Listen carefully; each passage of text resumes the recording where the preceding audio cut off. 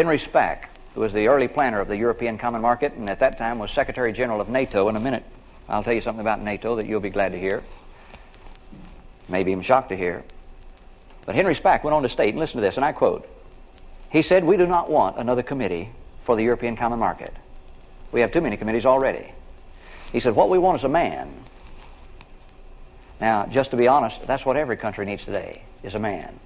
America would give their eye teeth if we had men like we've had in the past, with names like Washington and Lincoln. Where are they today? What we want is a man, he said. Listen to this. A man who has sufficient stature to hold the allegiance of all of our people and eventually the people of the world. And then he went on to say, this man must be able to pull us out of the economic mess into which we are sinking.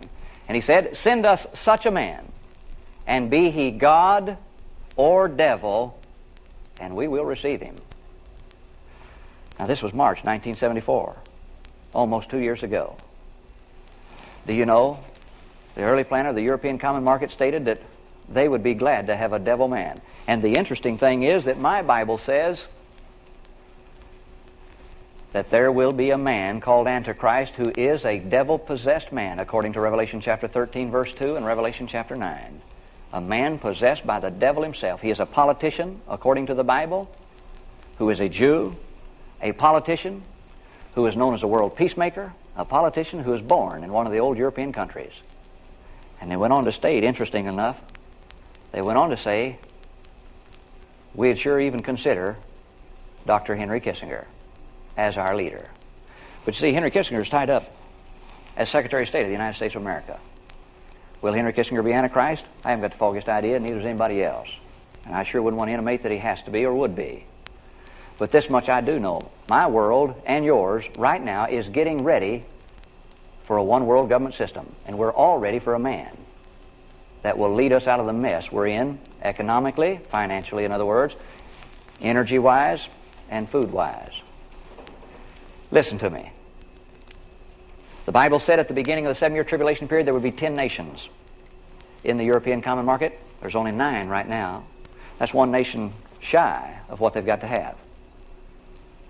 You know what? I believe with all my heart that the United States of America is going to be that 10th nation in the European Common Market. You say, preacher, how can you make a statement like that?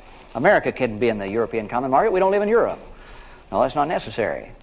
We've had our foothold in Europe and our finger in all policy that is European through an organization called NATO. And if you remember, this past year of 1975, we have seen NATO fall apart. Literally, at least begin to. Turkey's out. Portugal's out. And the thing's getting shakier every day. And if NATO crumbles, and it will, if NATO crumbles, where's America going to be in Europe? How are we going to have any say-so in what happens?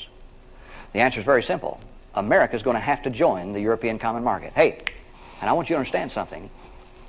America, it has already been suggested that we do so. December the 12th, 1973, Dr. Henry Kissinger, speaking to a conference with world leaders, stated, because of the energy crisis, the only hope we have of coming out of this mess is for the European Common Market, the United States of America, Canada, and at that time offered Japan.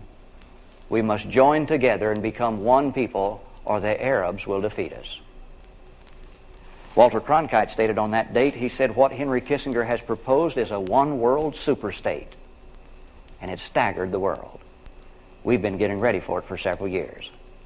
Hey, why do you think President Ford has spent so much time in Europe this year, 1975? Do you know that our president has been in Europe 3 different times?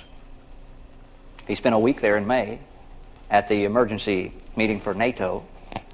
And then following that, he went back in June and spent a week at Brussels, which is the headquarters of the European Common Market. And President Ford spent a week there in July, just, so to speak, putting forth his good image throughout the European community. And if you'll think back, just a few days ago, President Ford was in the European Common Market countries again for an emergency summit meeting on the economic crisis. What's it all mean? It means simply this, that we're getting ready to join the common market. Again, look at the chart. I want you to understand that my Bible tells me that either just before the rapture or just after the rapture, after Jesus comes and takes all saved people home to be with Him, either just before or just after, that the 10th nation in the European common market is going to join up with the other 9. America's getting ready to join right now. Now, whether we'll join up before the rapture or just after it, I don't know. But this much I do know, hey, if nothing else, it proves to me, thank God, Jesus is coming.